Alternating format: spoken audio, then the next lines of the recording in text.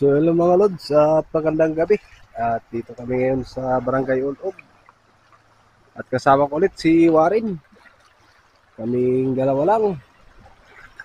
At maliwanag na yung buwan at sana swertihin tayo. So shoutout pala sa 21,000 followers na natin sa Facebook page at 1,285 subscribers sa YouTube. At God bless po sa inyong lahat at maraming salamat po sa suporta. So, abang-abang na lang kung ano yung mahuhuli natin sa gabi ito mga lods. At alright, God bless you all. At ingat kayo palagi.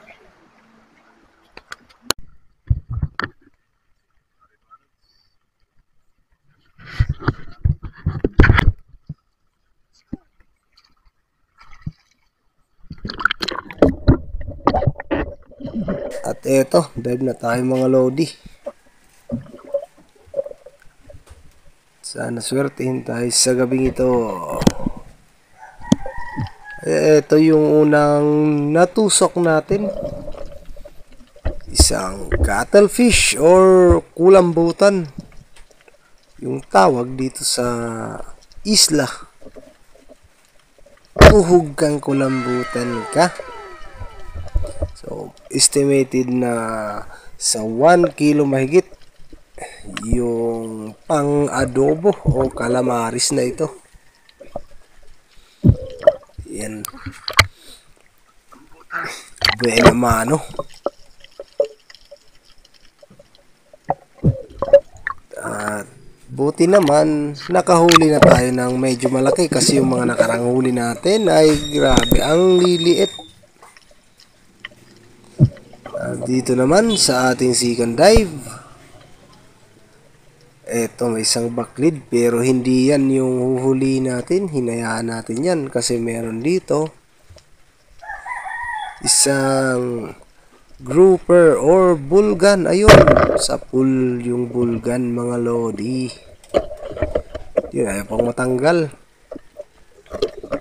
Ayan siya. 100 grams na rin to mahigit. So, medyo malapad na. Ayan siya. At dito naman, sa susunod natin na dive ay nasabit sa ilalim yung shaft ni Warren. Kaya tinulungan natin. At maganda yung pagkakaipit niya ay hindi natin nakuha sa unang dive na ginawa ko kasi maganda talaga yung pagkaka-stuck niya sa gilid ng bato. At pangalawang dive natin ay nakuha na natin to at hindi na natin na-videohan. Bali, palit-palitan lang kami ng pagdadive. Pero ako pa rin yung nakabunot niyan at binigay na natin sa kanya. At dito naman, isang makulit na tagbago or barhead spinefoot sa English. Ayan siya. Nahilo siguro siya. Kaya tumigil na lang kasi nauntog sa may bato. Kakatakbo niya. At dito naman, mga danggit yung nakita natin mga lods. Bali 3 piraso yan. Pero minabuti na natin pumili ng isa. Ayan siya. Tuhog kang danggit ka. At hindi natin yan hinayaan yung dalawang natira. Pero ito, sinalubong tayo ng isa. At sobrang kulit.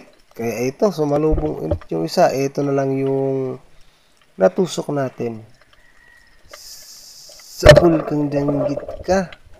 Yan. Nakadalawa rin tayo at binalikan pa natin yan yung isa na yan. At hindi talaga siya umalis. Kaya ito na siya. Nag-aantay na lang. Yun. Nice stone shot mga lodi. At naubos natin yung 3. Nakadalawa ka na, full chamba. Ang sarap na nito pang prito. Kaya di na natin yan hinayaan pang makatakas. At ito naman isang maliit na barakuda. Tinamaan pa rin mga lods. Pangkilaw na natin to. Ayan. Malit lang kung titingnan pero goods na yan. Pangulam kasi pabalik na tayo sa ating barangay. At dito napakaraming mga balanak or banak. Ito tinuog natin. Pero makukulit. Hinanapan natin ang pwesto. Ayun, sakol. Pero kawawa lang talaga yung shop natin dito kasi nasa may mga batuhan. At ito pa, yung isa. Dito ako medyo natagalan kasi sobrang kulit at na-corner na siya. Tapos medyo maalon pa kaya hindi natin talaga siya mahanapan ng pagkakataon para tusukin. Kaya hinayaan ko na lang muna. Kasi hindi natin maayos yung paghanap ng magandang tiyempo para matusok siya. Kaya dito lumipat siya. At akala ko hindi na madadali pero natuhog pa rin natin. Ayun, sapol. Yan. Mga good size sana at napakarami nito mga lodi. Yung spot talaga nito palagi. At ito, isang samaral. Nagkabiglaan kami pero nadali pa rin natin. Sa kahahanap ko ng mga kasama ng flat head gray mullet or banak sa Tagalog ay ito yung natusok natin. Malapad na samaral. At ito pa nga, may isa pa. Nakatambay na lang sa may bato. Tuhog kang balanak ka. Wow naman! Pero Wow! kawawa talaga yung shop at parang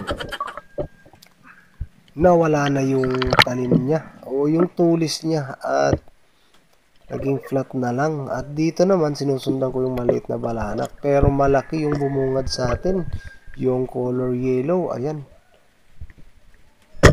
tuhog kang balanak ka, estimated sa 1 kilo na ito mga lods. At tinula namin to pagka uwi. Tumabot pa nga hanggang kinabukasan dahil sa sobrang taba niya. Sulit na sulit talaga yung sigang. Pero dito na tayo nakasampa sa ibabaw ng mga batuhan mga lods kasi grabe talaga yung isdang to. Umaabot kahit hanggang doon sa may pinakatabing dagat na talaga. Ayan, nakasampa na lang tayo sa may bato. Pero nahuli pa rin natin.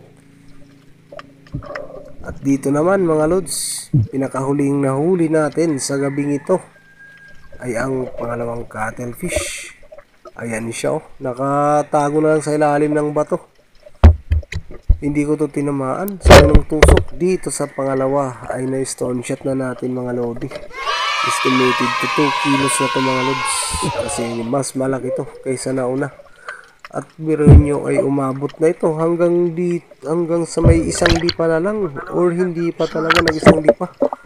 Pero ka-open natin ang camera ay hindi natin tinamaan. Buti na lang at nasa lubong ni Warren at na flashlightan niya kaya tumago na lang sa ilalim ng bato. Ayan, good size na mga lodi. Ayan.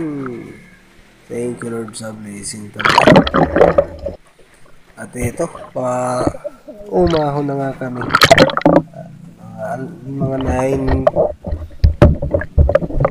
PM na yung pag-ahon namin. At hindi namin talaga inakalang makakalibre pa tayo kahit nasa mababaw na lang habang pabalik na tayo dito sa may palaging inaahunan natin dito sa may seawall sa Barangay Burabod. At ang laki ng high tide mga lods, oh. Abot na talaga hanggang seawall. Yan, grabe yung grasya na nahuli natin sa gabing ito. Estimated to 5 kilos yung nahuli natin. At ito naman yung kay Warren at siya naman yung hindi nakahuli ng cuttlefish pero nung nakarang dive namin ay nakatatlong piraso siya. Kaya ganun talaga at bawi-bawi lang kung ano yung biyaya na nakalaan para sa'yo. Kaya eto na, uwi na mga lods. At eto yung kabuuang huli natin sa gabing ito mga lodi. Yan, tambak sa may lalagyan ng isda sa may lababo natin. So thank you Lord for supporting my small channel mga lods. At God bless po sa inyong lahat at abang-abang na lang sa ating shout out sa susunod ng video natin na ito. At thank you ulit. Time sa mga nag-comment sa ating nakarang videos at maraming salamat mga master at mga idol at ma'am sa panatiling panonood at sa ating munting contents dito sa YouTube. So God bless po sa inyo lahat at huwag na nating patagalin at shoutout kay Ma'am Belia Hermosa ng Davao City, kay Master Rapis Pro Fishing, kay Master Renan Fishing Adventure, kay Idol Larry Amosilero Lacuachero, kay Sir Zen Zalao ng Pasig City, kay Broderick Wade ng Babatcon Leyte, at kay Master John Fishing TV, at kay Bro Sagay Adventure, at kay Master Iris Piro, at syempre shoutout na rin sa kay Master C Adventure PH at Sir Danilo Adalim at sa kanya kasi Choose Prince Adalim, shout out. So yun lang yung mga nag-comment sa ating nakarang videos mga lods, at sa mga napapanood ng nakakapanood ng ating munting contents, sana po pa-leave like, comment and share na rin, at baka makapag-subscribe din kayo sa ating YouTube channel at para may sama sa ating shoutout episode sa susunod na video. So yun lang po, maraming salamat ulit at God bless you all. Paalam.